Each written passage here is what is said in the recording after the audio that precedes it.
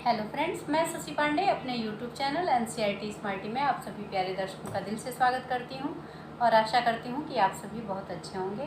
Friends, अगर channel पे नए हैं तो चैनल को सब्सक्राइब कर लीजिए। वीडियो अच्छी लगती है तो लाइक कीजिए, अपने फ्रेंड के साथ शेयर कीजिए, जो कुछ भी अच्छा लगता है तो कमेंट कीजिए। फ्रेंड्स, आज मैं भक्ति काल के सगुण काव्य धारा के राम भक्त कवि तुलसीदास की जीवनी के साथ उपस्थित हूँ। तो चलिए शुरू करते हैं। भक्ति काल की सगुण काव्यधारा के प्रख्यात राम भक्त कवि तुलसीदास का जन्म उत्तर प्रदेश के बांदा जिले के राजापुर गांव में सन 1532 ईस्वी में हुआ था। कुछ विद्वान उनका जन्म स्थान एटा जिले के सोरो नामक गांव को मानते हैं। उनके पिता का नाम आत्माराम दुबे तथा माता का नाम हुलसी था।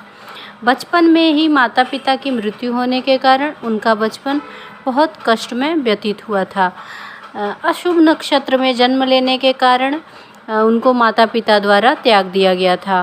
तुलसीदास जी के दीक्षा गुरु नरहरिदास थे और गुरु कृपा से ही उनका बचपन बीता और उन्हीं से राम भक्ति का मार्ग प्राप्त हुआ।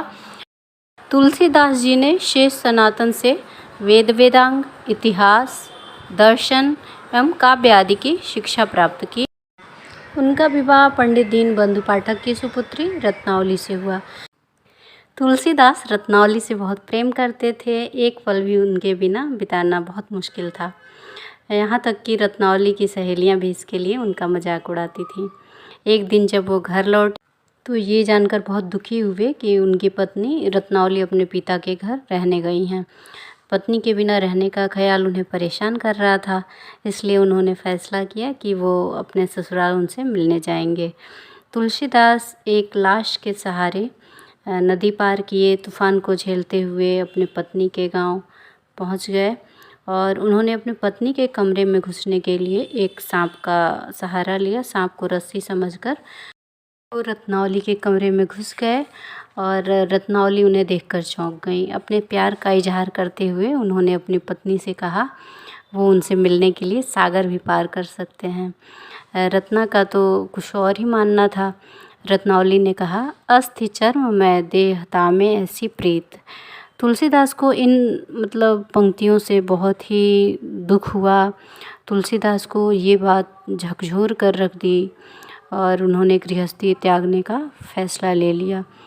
वो वहाँ से तुरंत ही वहाँ से वापस हो गए और प्रयाग पहुँचे। गंगा के किनारे दुनिया त्यागने का निश्चय कर लिया।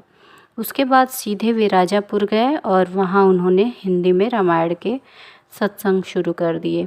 हालांकि काफ़ी लोगों को उनके शब्दों से राहत भी मिली थी और उन्होंने कुछ रचनाएं भी की।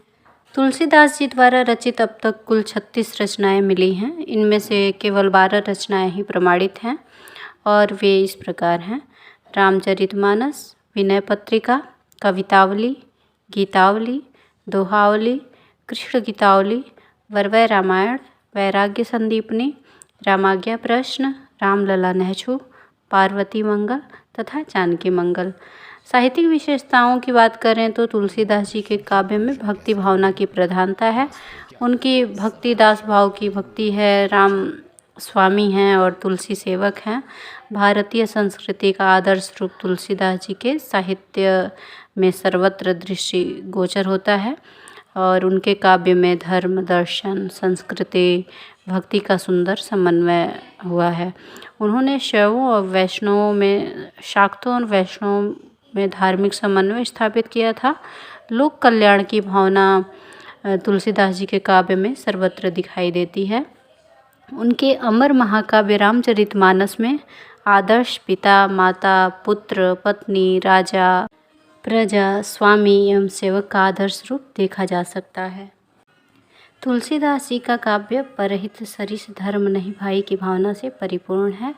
उन्होंने अपने काव्य में सभी प्रचलित शैलियों का प्रयोग किया है। उनके काव्य में शांत रस के साथ साथ वीर, रौद्र, विभत्स, हास्य आदि रसों का भी चित्रण हुआ है। उन्होंने प्राकृतिक चित्रण के अतिरिक्त जीवन उपयोगी उपदेश भी दिया है। उनकी भाषा शैली ब्रज एवं अवधी है। दोनों भाषाओं में उन्होंने रचनाएं की हैं। रामचरितमानस अवधी में तथा विनय पत्रिका ब्रज भाषा में लिखा हुआ है। आई होप आप सभी को वीडियो अच्छी लगी होगी। इसी के साथ मैं शशि पांडे विदा लेती हूँ। अगली वीडियो में फिर मिलेंगे। तब तक के लिए खुश रहिए, मस्त रहिए, अपना ख्याल रखिए। धन्यवाद।